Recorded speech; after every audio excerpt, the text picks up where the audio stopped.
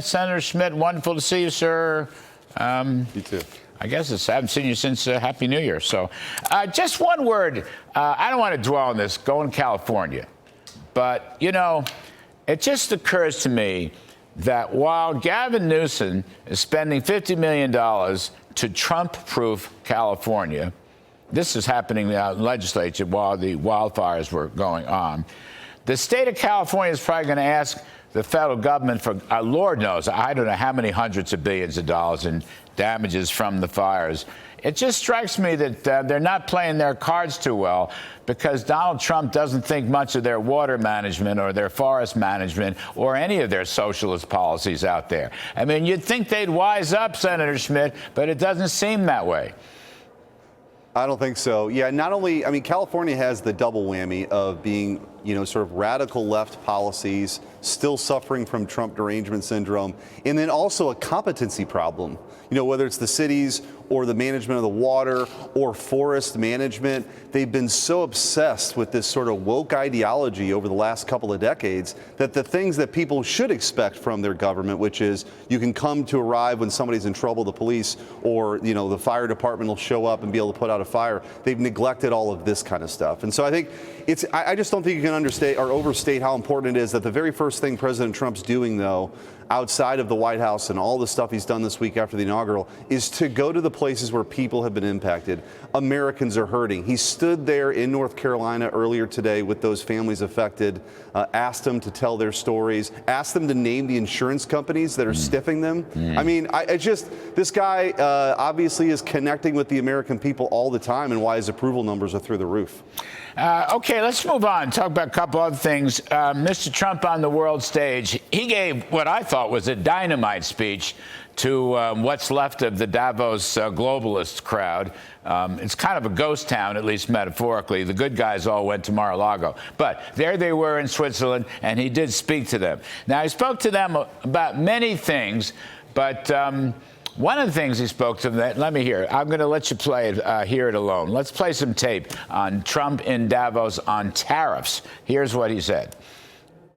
My message to every business in the world is very simple. Come make your product in America, and we will give you among the lowest taxes of any nation on earth. But if you don't make your product in America, which is your prerogative, then very simply you will have to pay a tariff.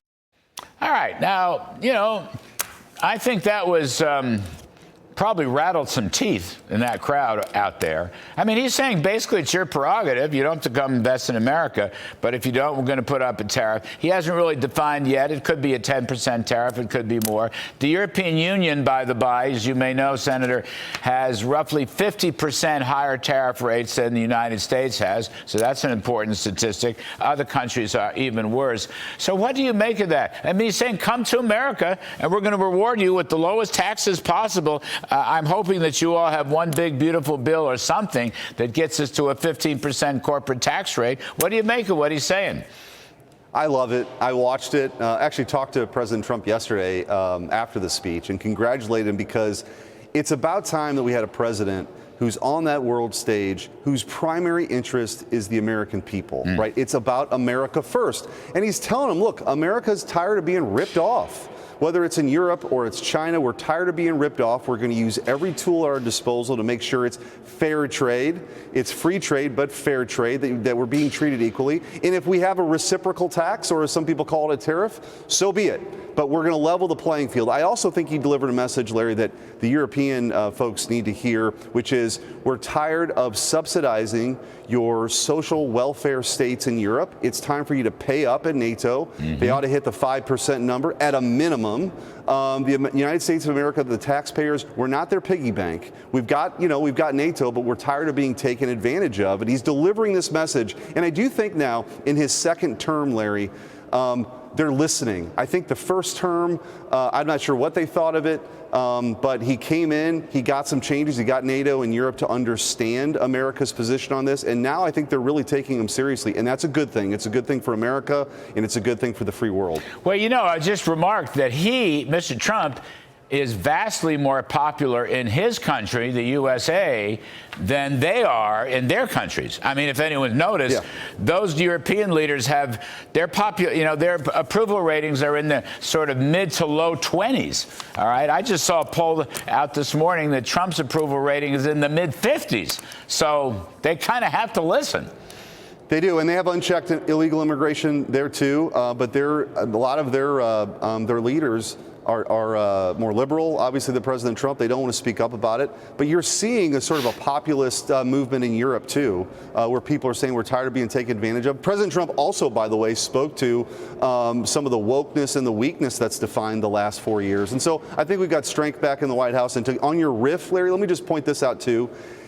It can't be overstated again how significant getting rid of this cultural Marxism, this DEI is across the federal government, across our universities, even in our elementary schools, this critical race theory where they teach kids to hate America or they pit people, every classroom by race. It's really destructive. It undermines the core tenets of our country. We're going to get back to merit. We're going to do it in our military. We're going to do it in our government. We're going to do it in our schools. And it took leadership to go get there. And I'm glad President Trump did it right away. Well, I think, one of the things I tried to say in the riff is how Mr. Trump is bringing back the founding fathers' values. Yep. And whether it's merit or achievement or hard work, or for that matter, God, endowed by our Creator. Remember that? I mean, our Creator was not the state. Our Creator was not the government. This Declaration of Independence was a revolt against the monarchs. So I think that's an important point. I might even spiff up the riff and put in some of your adjectives there. I like that a lot. And also, Larry, those are the things that bring us together. The American people are tired of being divided by this toxic ideology. Those are the core tenets that hold us together. But again, the left, they want to, untether us from those important anchors so that, essentially the state becomes the supreme and almighty thing. And we all know there's a lot more important things than government. Government can't love you, that's for sure. Yes, that's for sure. Talk some more about Trump on the global stage. I was asking Peter Doocy, our great reporter, about the new Gulf of America, which I think may appear in maps and various geography books. That would be fun. Then the question is getting down to rights about the Panama Canal, which, if it isn't run by the Chinese, it's awfully influenced by the Chinese. And as you well know, China's influence extends right through this Western Hemisphere, right through the Panama Canal, right through Central America, right into South America. I mean, Joe Biden's been looking the other way. Something's got to be done about this, it seems to me, sir. Well, I filed a resolution yesterday with the Senate. I hope to get bipartisan support, calling on the Panamanians to expel all the Chinese interests from the port. The truth is, they do control both ends of that port, and it gets us, again, President Trump's, I think, getting us back to what are our core national interests: the Monroe Doctrine, the Western Hemisphere, making sure our ships can freely navigate. Our Navy, Larry, goes through the Panama Canal. There is no good reason at all why China, communist China, which has designs on world domination, should have control of that very important asset. And the one condition we gave when that disastrous deal was done in the late 70s to give it away for $1 was it had to remain neutral.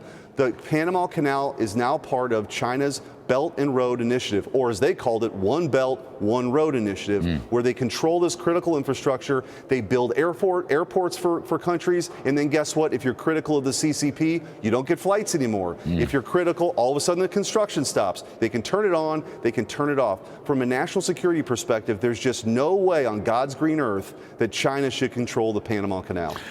One more on this whole subject of the Monroe Doctrine and the Panama Canal and the Chinese and so forth. I want to move north a little bit into Mexico. So far, I have not heard President Sheinbaum of Mexico be particularly cooperative with Mr. Trump's closing of the border and asking for some help. You recall, sir, Remain in Mexico in the first term, which was an enormous success, was helped enormously by then President Obrador, AMLO, who put 25,000 Mexican troops on the border. And now that story is even worse, as you know, because the cartels are even stronger. The fentanyl is even more free flowing. And I have not heard her say anything about, helping us out in a substantial way. I wonder if you have a thought on that.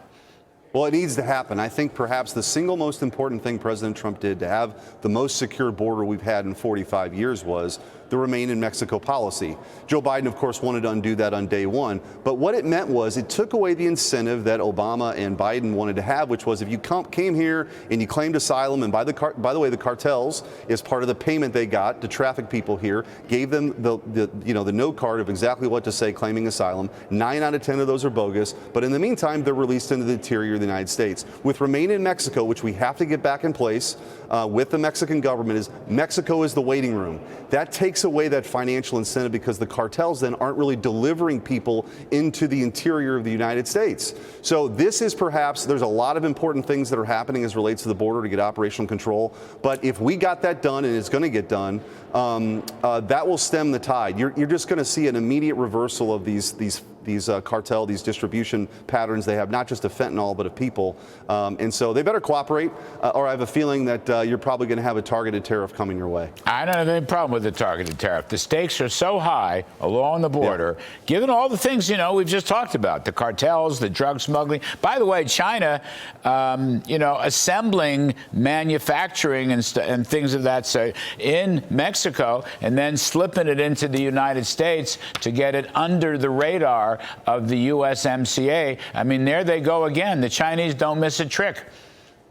No, that's part of their plan is they subsidize, they create an unfair situation in China. They steal the IP in China, but then they subsidize something, they overproduce it, they dump it, they drive the cost down, they dump it in a place like Mexico and try to get it here cheaply. We can't let that happen. And I think, again, President Trump's very well aware of that dynamic, and I think we're going to see an end to it. Yeah, well done. Well said. Thank you, Senator Eric Schmitt.